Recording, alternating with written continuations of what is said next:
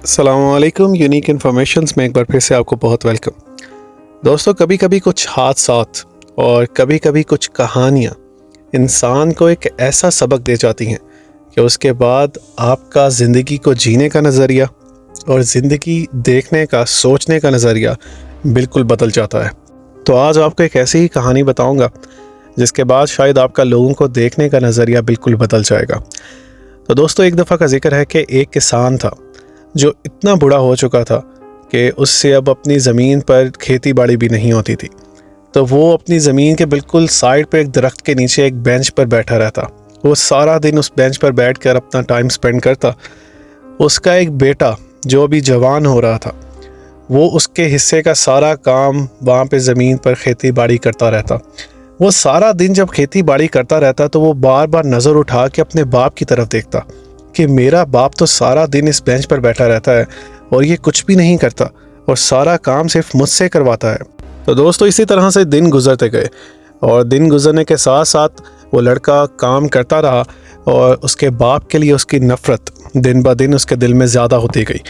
اور ایک دن جب وہ بہت زیادہ فرسٹریٹڈ ہو گیا تو اس نے یہ بات سوچی کہ میرا باپ تو کچھ بھی نہیں کرتا، سارا کام تو مجھ سے کرواتا ہے اور پھر بھی رات کو یہ کھانا مجھ سے کھاتا ہے، اور اتنی محنت کرنے کے بعد میں اس کو کیوں اپنے حصے کا کھانا دوں. دوستو، جب اس کے مائنڈ میں یہ بات آئی تو اس نے ایک لکڑی کا تابوت تیار کیا. اور اس نے، کیونکہ اس کا باپ بہت بوڑھا ہو چکا تھا، وہ تو چل پھر نہیں سکتا تھا، اس لیے اس نے اس لکڑی کے تابوت کو بنا کر کھینچتے ہوئے اپنے باپ کے پاس لے کے آیا اور اپنے باپ کو کہا کہ اس کے اندر لیٹ جاؤ. اور حیرانی کی بات تو یہ ہے کہ اس کے باپ نے آگے سے اف بھی نہیں کی اور اس تابوت کے اندر لیٹ گیا. اور اس کے بیٹے نے اس تابوت کو بند کیا اور اس کو کھینچتے ہوئے ایک اونچی جگہ پر لے گیا. اور اونچی جگہ پر جا کے جب ایک کنارے پر پہنچا جہاں سے وہ اس کو نیچے گرا سکتا تھا، تو اس کو اس تابوت کے اندر سے ایک آواز آئی. جب اس نے اس تابوت کو کھولا تو اس کا باپ اسی طرح آرام سے اس کے اندر لیٹا ہوا تھا. جب اس نے اس سے پوچھا کہ تم نے اس کو کیوں نوک کیا ہے، تو اس نے بتایا کہ تم مجھے یہاں سے نیچے گرانے میں خوش ہو تو تم بالکل مجھے نیچے گراؤ. اس نے کہا ہاں، کیونکہ تم مجھے اب کوئی فائدہ نہیں دیتے، سارا کام میں کرتا ہوں. تو اس کے باپ نے بالکل حیرانی سے دیکھتے ہوئے کہا کہ اچھا، تم مجھے یہاں سے نیچے گرا کے اگر خوش ہو تو گرا دو، لیکن اس لکڑی کے تابوت کو مت ضائع کرو، کیونکہ کل کو جب تم میری حالت میں ہوگے اور جب میری جگہ پہ تم ہوگے اور تمہارے بچوں کو تمہارے لیے ایک تابوت چاہیے ہوگا تو ان کو نیا نہیں بنوانا پڑے گا.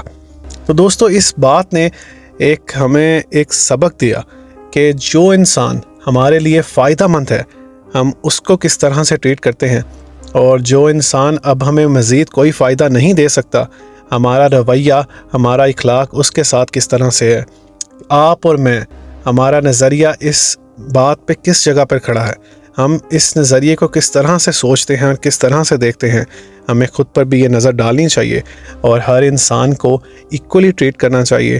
اگر کوئی آپ کو فائدہ دے رہا ہے، اگر کوئی آپ کو فائدہ نہیں بھی دے رہا، تو آپ بھی کسی کے نقصان کی وجہ مت بنیے، بلکہ اس سے سلام رکھیے اور صرف دور رہیے.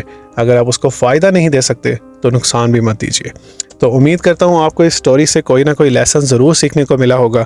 تو اسی کے ساتھ مور انٹرسٹنگ اور انفارمیٹیو ٹاپکس کے ساتھ آپ کو اپنی نیکسٹ ویڈیو میں ملیں گے. تب تک کے لیے اسٹے ٹیونڈ.